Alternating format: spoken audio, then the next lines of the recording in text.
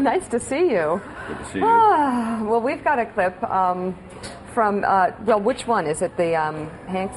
Oh, Grocon, Tom Hanks. What could be better? Take a look. There was a time in your generation, you don't want to stereotype everyone, which they said, we're going to worry about these issues. Materialism is not important to us. But at the end of their lives, the boomers began to assemble a lot of stuff and collect a lot of stuff. Well, the boomers, for good or for bad, are the economic motor that has driven the economy of the United States of America and the Western world, if not the entire world, for the last 20 years. It just, as we decide which cars we're going to buy and which clothes we're going to wear and what food we're going to eat, we have the power. We absolutely have the power. And of course, that's from Boomers, a new documentary airing tonight at 9 Eastern Time on CNBC. Cool. It takes a look at how history's wealthiest generation is facing these tough economic times. And Mika, it just looks like a great show. Tom Brokaw joins us now. He's also the author, of course, of Boom, talking about the 60s. Tom, yes, many would say the boomers, as Tom Hanks said, drove the economy for a generation. Some would suggest, though, they damn near wrecked it. Well, it was an unprecedented generation in so many ways. First of all, the largest generation any society ever produced. Coming out of the war, by and large, had an enormous long wave of prosperity. Young people who were going to college in the 60s, I'll say, what do you remember? They said, I had a lot of money. You know, my family could send me money, or there were government grants. Gasoline cost 25 cents a gallon. You know, you could get along on $50-$60 a week. And then they began to catch that wave of high wages and then pay the price for that in terms of housing and cheap so on. Credit, easy credit. Cheap credit, easy credit, no savings programs of any kind. And they pushed it and pushed it and pushed it until they went off the edge on this economic downturn. And they were the people, boomers were on Wall Street collecting the fees, you know, passing along the derivatives, the consumers that were out there going in, both of them working so they could afford a bigger house than they could really afford. Yeah. So there was a piece of all that. And it wasn't just on Wall Street. I have a friend that's a developer in Florida. 5 years ago, he said, God, we're in trouble. I said, why? He said, because you have these people, these parents that made all of this money, worked hard their entire life, they've passed away. And this guy's my age. But he said, but then the inheritance goes to these boomers, and they spend all the money on a condominium in Florida. Yeah. Their parents' life savings. And he just said the mindset is stunning. Well, because their entire life it had always gotten better, not worse. They had never really had a serious interruption. We had a couple of years during the Reagan administration of a sharp recession. We had stagflation during the 70s. But it got better. There was always a turnaround. Bill Clinton came in, and .com and the information technology world exploded in this country. People got very wealthy. And then, and we're all a part of this, there was a celebration of wealth. It was he who has the most toys when he dies wins. Exactly. That became kind of a mantra. So everybody said, I got to have more toys than the next person. So they're now thinking about how they're going to work their way out of all of this. And there's some great people in this tonight. One of my favorite segments involves Anne Mulcahy and Ursula Burns. Anne Mulcahy, first woman CEO of Xerox. When she became the chairman, she named Ursula Burns, an African-American woman with a degree in mechanical engineering, as the CEO. That's a real tribute to the baby boomer generation, that you have two women running a Fortune 500 company, highly educated, and they went into what was effectively an old white boy network and earned their stripes by being able to do whatever job they were given. And you actually interviewed Bill Clinton as well about this. What were his thoughts on? Well, we went. He's the boomer in chief. Yeah. David Brooks says that he's the quintessential boomer, and he is in a lot of ways. And he said that, I'm kind of proud of that. I like rock and roll. I was an anti-war activist. I was in politics.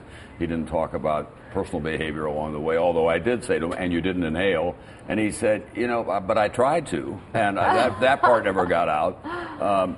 He thinks that boomers now should kind of get out of the way of the generations coming up and not just go sit in the old folks' home, but devote the rest of their lives to public service in some fashion. He's doing a lot of that, obviously, with the Clinton Initiative and the Clinton Foundation. And you have the unique arrangement of Bill Clinton, a boomer on one side of the political spectrum, and George Bush the 43rd on the other side, joining forces to try to do something about Haiti.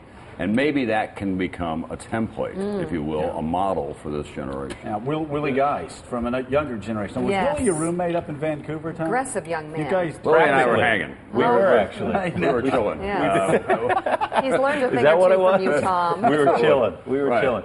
Willie had hours I didn't want. No. They wouldn't wish that on your worst enemy. You brought up Bill Clinton, and to a lot of people, he represents one of the cliches about boomers, this self-absorption, perhaps overinflating the role they played in history. We changed the world at Woodstock and all that. Is that a fair criticism of baby boomers? Oh, I'm sure, but I think it is in many instances. I mean, there have been people who say, how can you call that the greatest generation? I say, that's my story and I'm sticking to it. I just leave it at that.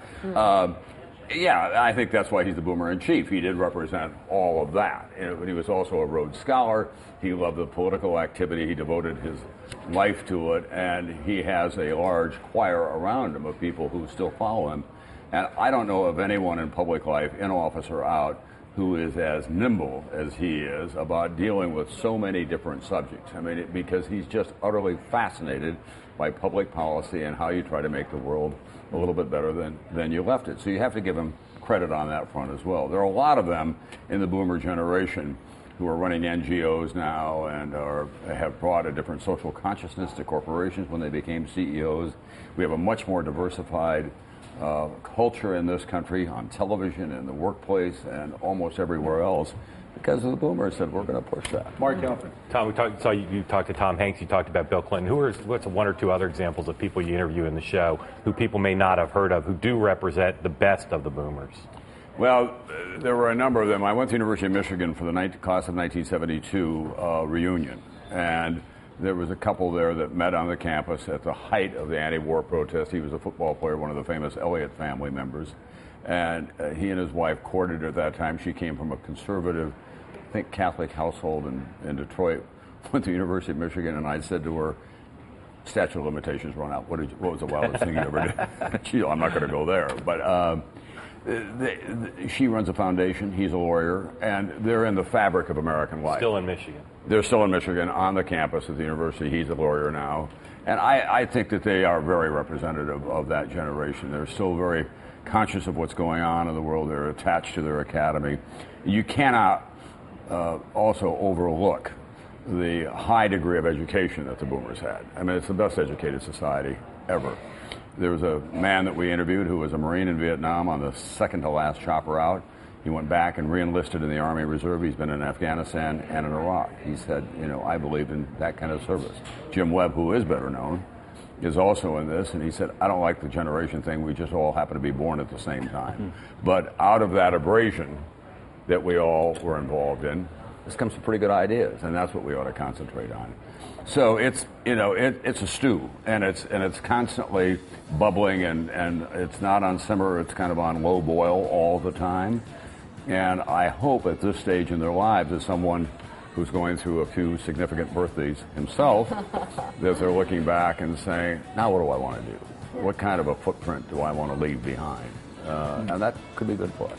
All right. Well, we are lucky to tell you Tom will be sticking around, but you can watch Tom tonight on Boomers on CNBC tonight at 9 o'clock Eastern Time and Pacific Time. And tomorrow morning, Tom will be back with us tomorrow, along with another Tom Hanks, who'll be talking about his upcoming HBO miniseries, The Pacific.